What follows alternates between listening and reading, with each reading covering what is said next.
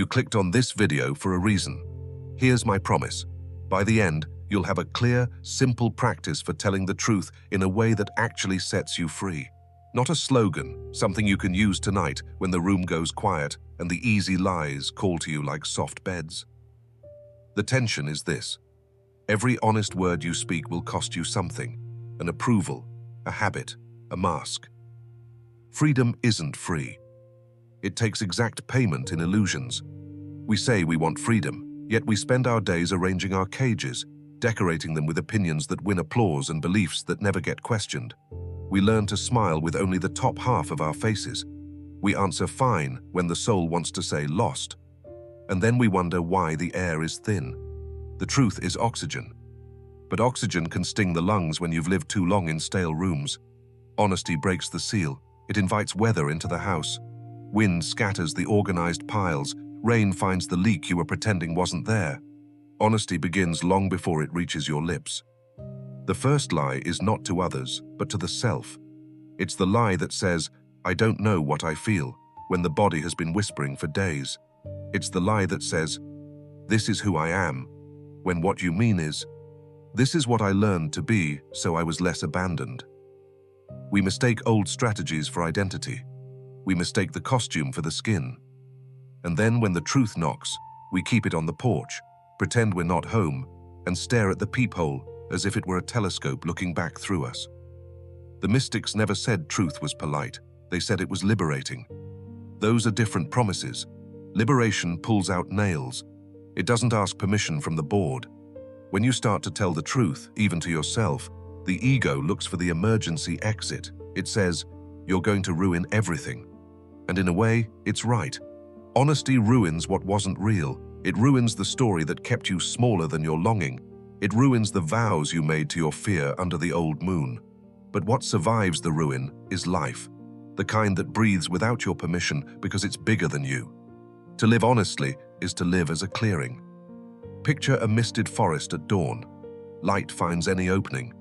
Your work is not to manufacture light, but to remove what blocks it. The practice is subtraction, one small untruth at a time. Start where it's least glamorous, not with grand confessions, but by refusing tiny evasions. When a friend asks how you are, ask your body before you answer. If your chest feels tight, don't lend it your smile as a mask. Lend it your voice. If your yes is actually a maybe, say maybe. Every time you trade a clean maybe for a counterfeit yes, you sell a little freedom for a little harmony, and harmony at that price always goes sour. Honesty is not cruelty. Cruelty uses truth like a weapon. Honesty uses truth like a doorway. The difference is intention. Cruelty wants to win. Honesty wants to meet. Cruelty separates.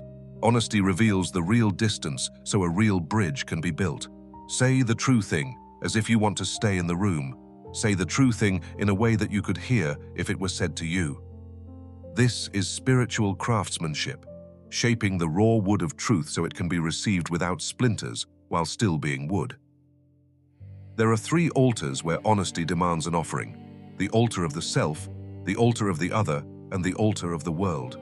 The first altar is solitude. In solitude, you learn to stop editing the prayer mid-sentence. You watch thoughts arrive like birds and depart like birds. You learn that you are the sky they cross. The cost here is comfort. Silence will bring old debts to your door. It will show you the contracts you signed with shame. It will take your excuses apart with gentle, relentless fingers. If you stay, something truer will stay with you. The second altar is relationship. Here, honesty asks for your fiction. You don't get to be the hero all the time. You don't get to be the victim either. You speak your impact. You confess the motives you find, not just the motives you like.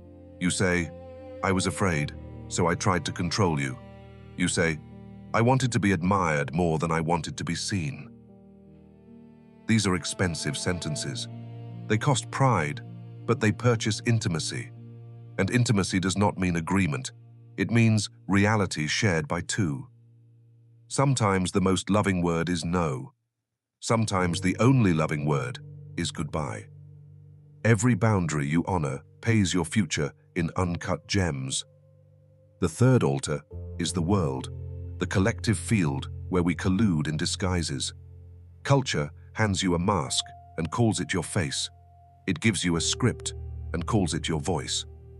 Honesty at this altar is the willingness to return the costume, to say, it doesn't fit, even when the tailor insists it's perfect.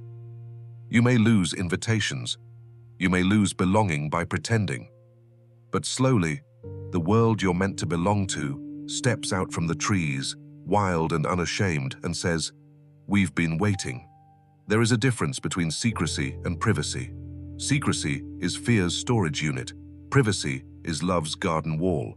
Honesty does not demand that you broadcast your wounds to strangers. It asks that you don't pretend the wound is a jewel. When you practice privacy, you protect the tender with quiet and bring the necessary into speech. When you practice secrecy, you protect the fear with shadow and silence the necessary. The question to ask: am I quiet because it's sacred or because I'm scared? Now, the simple practice I promised.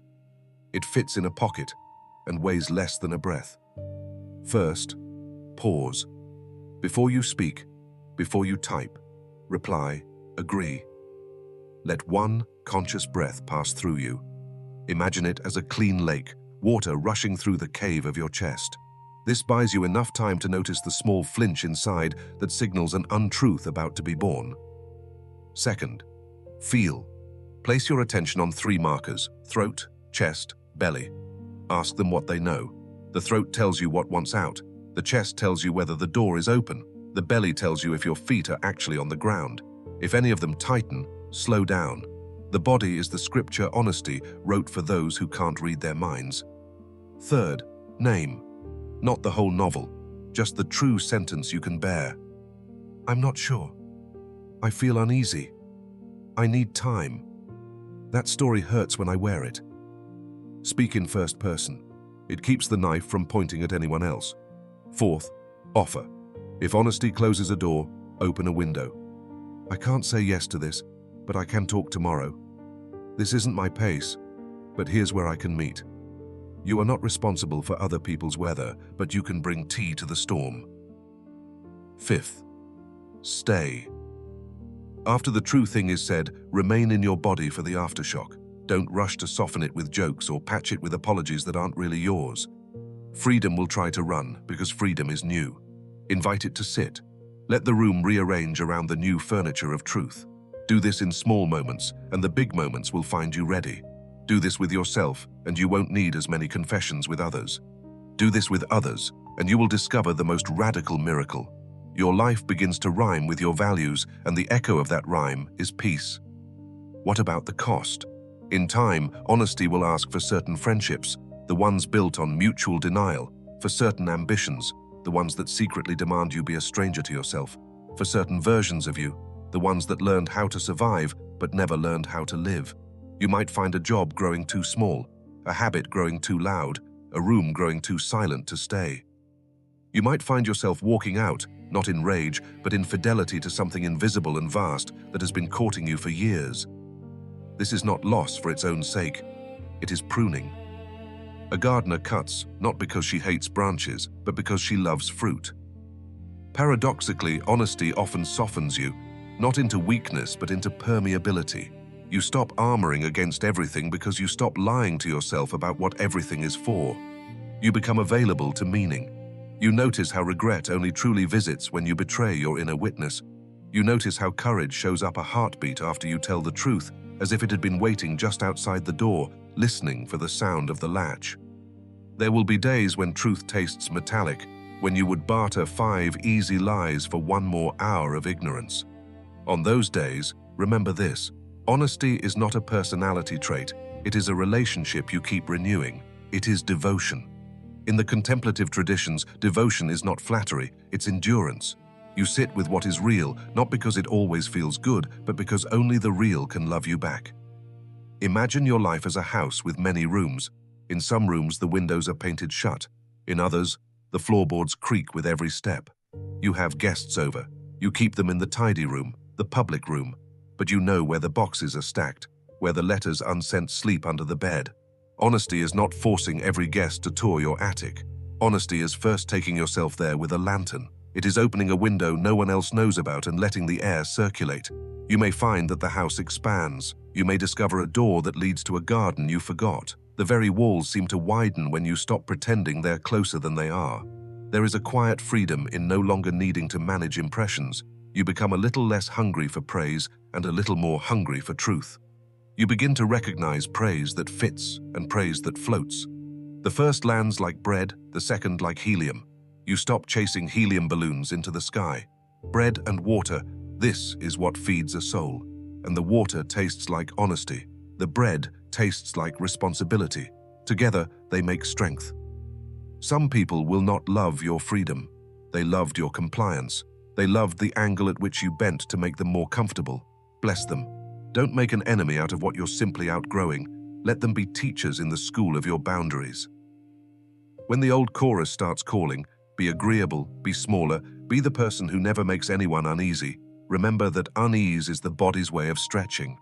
Remember that peace is not the absence of tension, it's the presence of truth. Real peace has a spine. If you want a mantra, take this one. Nothing unreal is worth keeping. Nothing real can be lost. You don't have to force that sentence to be true.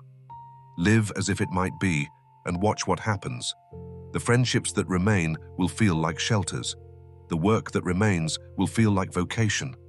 The voice that remains will sound like home. One more thing. Honesty is a teacher of timing. Not all truths are for all moments. Discernment is the companion of candor. Listen for the ripeness in a conversation the way you listen for the ripeness of fruit. Too soon, it's bitter. Too late, it's mush. Right on time, it nourishes. Your breath is a good clock. If it's shallow, it might not be the moment. If it's steady, you are closer to the doorway. The spiritual path is not self-improvement in the cosmetic sense. It is unforgetting. It is remembering the free we were before we learned the choreography of pretending. Children are not honest because they are pure. They are honest because they haven't yet been bribed. Adulthood offers better bribes. The mystic learns to recognize them and smile. Ah, yes, that familiar currency. The soul is not for sale today. So here is where we end and begin. Tonight, choose one small place to tell the truth. Tell it to yourself first. See how it tastes. Offer it with tenderness to the person who needs to hear it. Let the chips fall into a pattern you don't control. Sleep in a room with the window cracked open. Let the night air enter and argue with your stale assumptions. In the morning, notice the freedom, maybe a thin thread at first, running through the fabric of your day. Follow it. Let it pull you through each door you dared to label too expensive. On the other side is the only wealth that doesn't require hiding. The cost of honesty is freedom. Pay it willingly, spend it wisely, and watch as the life that was waiting for your courage steps forward and takes your hand.